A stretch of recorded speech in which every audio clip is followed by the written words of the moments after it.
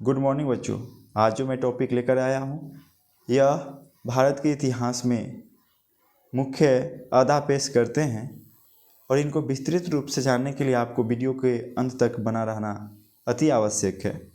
हमारा आज का टॉपिक है पानीपत के प्रथम युद्ध के कारणों, घटनाओं तथा प्रभावों का वर्णन करें। इस युद्ध के बाबर की सफलता के कारणों पर भी प्रकाश डालें। इसको दूसरे संदर्भ में भी पूछा गया है, जैसे 1526 में हुए पानीपत के युद्ध के कारणों तथा प्रभावों का वर्णन कीजिए। चलिए हम इसके डिटेल्स में इसकी जानकारी को हासिल करते हैं। पानीपत की पहली लड़ाई भारत के निर्णायक युद्धों में से एक है। यदि संपूर्ण भारत का नहीं तो कम से कम एक लोदी वंश के भाग्य का इसने निर्णय कर ही दिया। जिस दिन बाबर को पानीपत के युद्ध में विजय मिली, उसी दिन बाबर ने अपने पुत्र हुमायूं को आगरे पर और अपने दामाद को दिल्ली पर अधिकार करने के लिए भेज दिया। जैसे आपने पढ़ा ही होगा कि पानीपत की जो प्रथम लड़ाई हुई थी वो बाबर और इब्राहिम लोदी के बीच हुई थी, जिसमें इब्राहिम लोदी की मृत्यु भी हो गई थी और वो पराजय हो गया था। और यहाँ पे बाबर विजयी हुआ था और उसी विजय के दरमियान उसने अपने जो दामाद था उसको दिल्ली पर हुकूमत करने के लिए, अधिकार करने के लिए यानी कब्जा करने के लिए भेज दिया और अपने पुत्र को आगरा में।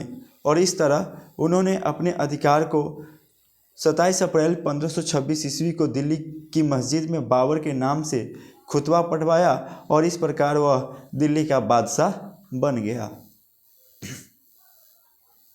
पानीपत के प्रथम युद्ध के कारण, पानीपत के प्रथम युद्ध के कारण भी हम लोग अच्छी तरीके से समझते हैं। ये हमारे इतिहास के लिए मध्यकालीन भारत का एक बहुत महत्वपूर्ण भूमिका रखता है। यह एक पिलर की तरह है कि मध्यकालीन भारत के अस्तित्व कहीं ना कहीं इस बेस से जुड़ा हुआ है। तो हम इस चीज़ों को अच्छे से समझेंगे ताकि मध्यकालीन भारत बेहतर तरीके से हमें समझ में आए। तो इसका प्रमुख कारण कुछ इस प्रकार है। भारत की दुर्बल राजनीति ने बाबर को भारत पर आक्रमण करने की प्रेरणा और अवसर प्रदान की।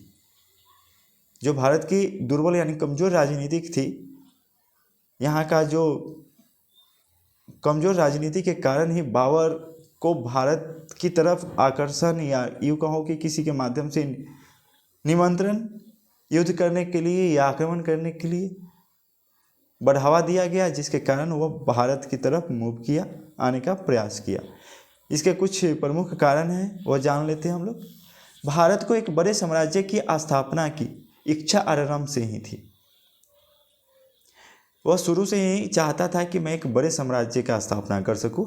इसी लालसा के वशीभूत उसके समरकंद और मध्य एशिया को जीतने का निरंतर प्रयास किया था। मतलब भारत पर आक्रमण से पहले उसने मध्य एशिया को जीतने के लिए खूब प्रयास किया, परंतु उसमें उसको सफलता नहीं मिली।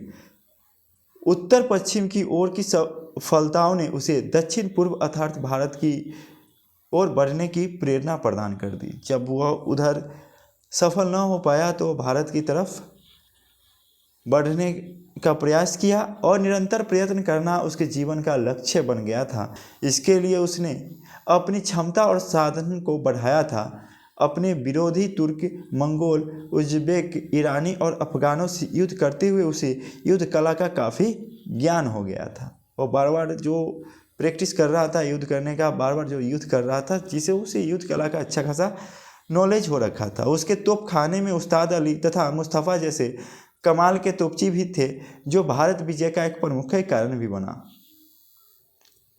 भारत राजनीतिक दृष्टि से कमज़ोर था। दिल्ली और आगरा की सत्ता अफगानों के हाथ में थी। अफगान बादशाह इब्राहिम लोदी भारत क्या उत्तर भारत का भी बादशाह नहीं था। पंजाब के सूबेदार दौलत खान लोदी और इब्राहिम लोदी के चाचा आलम खान लोदी ने बाबर को भारत पर आक्रमण करने के लिए प्रेरित किया। देखिए, जो यहाँ पे अफगानी शासक थे, उनके कुछ रिश्तेदार थे, वह भारत पर आक्रमण करने के लिए जो बाबर को बार बार क्या किया, प्रेरित किया। दौलत खान लोदी पंजाब में अपने स्वतंत्र अस्तित्व को सुरक्षित रखना चाहता था और आलम खां लोदी आलम खां लोधी दिल्ली का सुल्तान बनना चाहता था। इस कारण इन दोनों ने इब्राहिम लोधी के विरुद्ध बाबर से सहायता मांगी। राणा संग्राम सिंह ने भी इब्राहिम लोधी के विरुद्ध युद्ध के लिए बाबर को निमंत्रित किया था।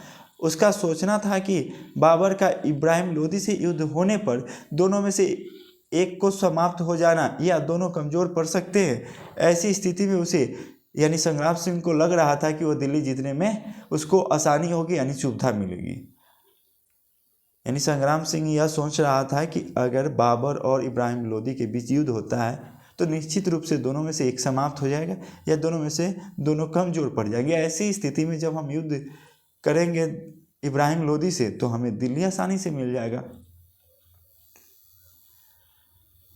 गुजरात, मालवा और बंगाल में भी अफगान शासन थे, परंतु इसमें से प्रत्येक अपने अपने स्वार्थों और राज्य विस्तार की लालसा से लिप्त था। उधम सिंह कश्मीर, उड़ीसा और खानदेश उत्तर भारत के अन्य स्वतंत्र राज्य थे, परंतु उनमें से कोई भी शक्तिशाली न था।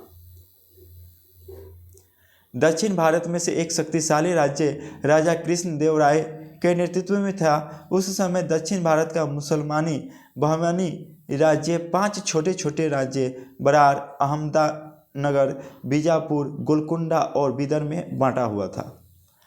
ये राज्य केवल आपस में ही झगड़ते थे, परंतु इनका संघर्ष निरंतर विजयनगर साम्राज्य से भी चलता रहता था। विजयनगर साम्राज्य वही जिसका हरिहर एवं बुक्का दोनों भाइयों ने मिलकर स्थापना किया था, जो कर्नाटक के क्षेत्र में। इस कारण उनको उत्तर भारत को और ध्यान देने का समय ही नहीं था। इस प्रकार भारत की राजनीति में उस समय एकता और स्थिरता का पर्याप्त अभाव था। हिंदू मुसलमान, मुसलमान और मुसलमान तथा अफगान और अफगान एक दूसरे के दुश्मन हो रहे थे। ऐसा कोई भी राजा न था जो एक बड़ा साम्राज्य स्थापित करने में सक्षम हो। ऐसी स्थिति में बाबर ने पहले पंजाब में प्रवेश कर भारतीय राजनीति को समझने का प्रयास किया और फिर उसके बाद उसने 4 आक्रमण किए। उसके पश्चात 5वां आक्रमण में वह दिल्ली का बादशाह बना। प्रथम 4 युद्ध 1519 से 1524 ईस्वी के बीच बाबर ने 4 बार सिंध नदी को पार करके पंजाब की ओर आया, परंतु लाहौर से आगे न बढ़ सका। उसने चौथे आक्रमण 1524 ईस्वी में लाहौर और दीपालपुर को जीतकर उसने पंजाब के अधिकांश भाग पर अपना अधिकार कर लिया। पानीपत के प्रथम युद्ध 1526 ईस्वी में हुआ। इसमें 12 अप्रैल 1526 को दोनों ओर की सेनाएं आमने सामने आकर खड़ी हो गई, किंतु 8 दिनों तक किसी से भी आक्रमण की शुरुआत नहीं की। बाबर ने अपने 25,000 सैनिकों को 3 भागों में बांट दिया। हुमायूं को 2 भागों का सेनापति नियुक्त किया और बायां भाग सुल्तान मिर्जा की अध्यक्षता में छोड़ दिया। मध्य में स्वयं बाबर उस्ताद अली और मुस्तफा जैसे निपुण तोपचियों के साथ युद्ध करने के लिए डट गए। सेना के दाएं और बाएं से दूर दोनों ओर पदरक्षक दल खड़े कर दिए गए। ये दल शत्रुओं को नजर नहीं आ सकते थे। उनका काम उचित समय पर शत्रु को अपने घेरे में ले लेना था। बाबर की सेना दस्ते प्रचलित 4 खंडों में विभाजित था। अग्रगामी रक्षक दल, केंद्रीय दल और बायां दल। बाबर ने लिखा है कि इब्राहिम लोदी की सेना में 1 लाख सैनिक थे और 1000 हाथी थे, परंतु यह जानने की बात है कि उस काल में प्रत्येक योद्धा के साथ कई शिविर रक्षक और नौकर चाकर चला करते थे। ऐसी दशा में इब्राहिम की युद्ध शक्ति 40,000 से अधिक नहीं रही होगी। बाबर ने अपने आत्मचरित्र बाबरनामा में गर्व के साथ लिखा है कि उसने इब्राहिम लोदी को केवल 12,000 सैनिकों की सहायता से पराजित किया था। परंतु यह ध्यान देने की बात है कि दौलत खां पर विजय प्राप्त करने के बाद उसकी सेना में भारी वृद्धि हो गई थी, क्योंकि भारत के सहस्त्रों धर्म लोलुप योद्धा उसका साथ देने के पूर्वोक्त तैयार थे और अनेक प्रतिष्ठित सामंतों ने पहले से ही उसके साथ लक्ष्य निर्धारित कर लिया था। ऐसी स्थिति में उनकी सैन्य शक्ति 25,000 से कम नहीं रही होगी। इब्राहिम लोदी अयोग्य सेनापति था। उसे रण क्षेत्र में सेनाओं के कुशल संगठन संबंधी विशेष ज्ञान नहीं था और न ही वह युद्ध संचालन में दक्ष था। उसमें सैनिकों का हृदय जीतने की योग्यता भी न थी। बाबर ने स्वयं लिखा है, इब्राहिम एक योग्य सेनापति नहीं था, वह बिना किसी योग्यता के कुछ कर देता था, बिना सोचे समझे पीछे हट जाता था। इसके अतिरिक्त वह बिना दूरदर्शिता के युद्ध में कूद पड़ता था। बाबर के सौभाग्य से शत्रु के दलों में एकता और संगठन का स्वर्थता अभाव था।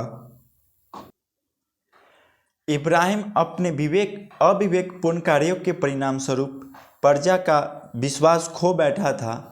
उसके सरदार तथा सूबेदार भी उससे असंतुष्ट थे। उनमें से कुछ तो अपनी राज्य भक्ति भी समाप्त कर बैठे थे। इससे अधिक दुर्भाग्यपूर्ण बात यह थी कि दौलत खां और आलम खां जैसे सगे संबंधी भी इब्राहिम के विरुद्ध षड्यंत्र रच रहे थे और दिल्ली राज्य को हानि पहुंचाने के लिए आमादा थे। जनसाधारण भी सुल्तान की मनमानियों से तंग आ चुका था। स्पष्टतः लोदी की अव्यवस्था बहुत शोचनीय थी। युद्ध की घटनाएं 21 अप्रैल के दोनों पक्षों ने युद्ध छेड़ दिया। इब्राहिम ने तेजी से अपनी सेना को आगे बढ़ाने की अनुमति दे दी, किंतु बाबर के दुर्ग के पास समान रक्षात्मक पंक्तियों के समक्ष उनको रुक जाना पड़ा। इससे लोदी की सेना में हलचल मच गई। ऐसे अवसर पर बाबर ने किलेबंदी वाली तुलगामा सेनाओं को पीछे घुसकर आक्रमण करने की आज्ञा दी। यद्यपि इब्राहिम ने शत्रु का वीरता से सामना किया, तथापि उसके लिए अधिक समय तक टिकना कठिन था। इस समय तक दोनों सेनाओं के सभी दस्ते युद्ध में भाग लेने लगे थे और युद्ध अपनी चरम सीमा पर पहुंच गया था। बाबर ने अपने तुपचियों को आग बरसाने की आज्ञा दी। इस प्रकार लोदी सेना घेर ली गई और उसका मनोबल तोड़ दिया गया। उसके सामने से तोप के गोले बरसाए जा रहे थे और पीछे तथा अगल बगल में तीरों की बौछार। जब पदरक्षक दलों ने इब्राहिम लोदी की फौजों को घेरे में ले लिया तो उसकी स्थिति गंभीर हो गई। मुगलों ने शत्रु की सैनिक शक्ति छिन्न भिन्न कर दी। इब्राहिम स्वयं 16,000 सैनिकों सहित रण क्षेत्र में धराशायी हुआ। इन हतोहतों में ग्वालियर नरेश विक्रमाजीत भी थे, जो सच्चे राजपूत की भांति इब्राहिम लोदी की ओर से लड़ते रहे। इस प्रकार इब्राहिम लोदी अंत समय तक बहादुरी से लड़ता हुआ वीर गति को प्राप्त हुआ। परिणाम, पानीपत की विजय बाबर के जीवन की एक महत्वपूर्ण घटना सिद्ध हुई। इस विजय के द्वारा हिंदुस्तान यानी उत्तरी भारत पर उसका बहुमूल्य शासन कायम हो सका। युद्ध के तत्कालिक लाभ भी बाबर के लिए कुछ कम मूल्यवान नहीं थे। बाबर को दिल्ली, आगरा और दूसरे स्थानों से अपार धन दौलत की प्राप्ति हुई। प्रसिद्ध कोहिनूर हीरा भी उसी के हाथ लगा। कहा जाता है कि जब हुमायूं ने आगरा को अधिकार में लिया तो ग्वालियर के राजा विक्रमाजीत सिंह का परिवार भी उसके कब्जे में आ गया। चूँकि मुगल राजकुमार ने उनसे सद्व्यवहार किया, इसलिए उन्होंने हुमायूं को बहुमूल्य उपहार दिए। उनमें से कोहिनूर हीरा भी था, जिसका वजन 320 रत्ती था। बाबर के आगरा पहुंचने पर हुमायूं ने यह हीरा अपने पिता को दे दिया। लेनपुल के कथनानुसार पानीपत की प्रथम युद्ध दिल्ली के अफगानों के लिए विनाशकारी सिद्ध हुआ। इससे उनकी राज्य और शक्ति स्वर्था यानी सब दिन के लिए नष्ट भ्रष्ट हो गई। Professor S.A. जाफर के मतानुसार उस युद्ध से भारतीय इतिहास में एक नए युग का आरंभ हुआ।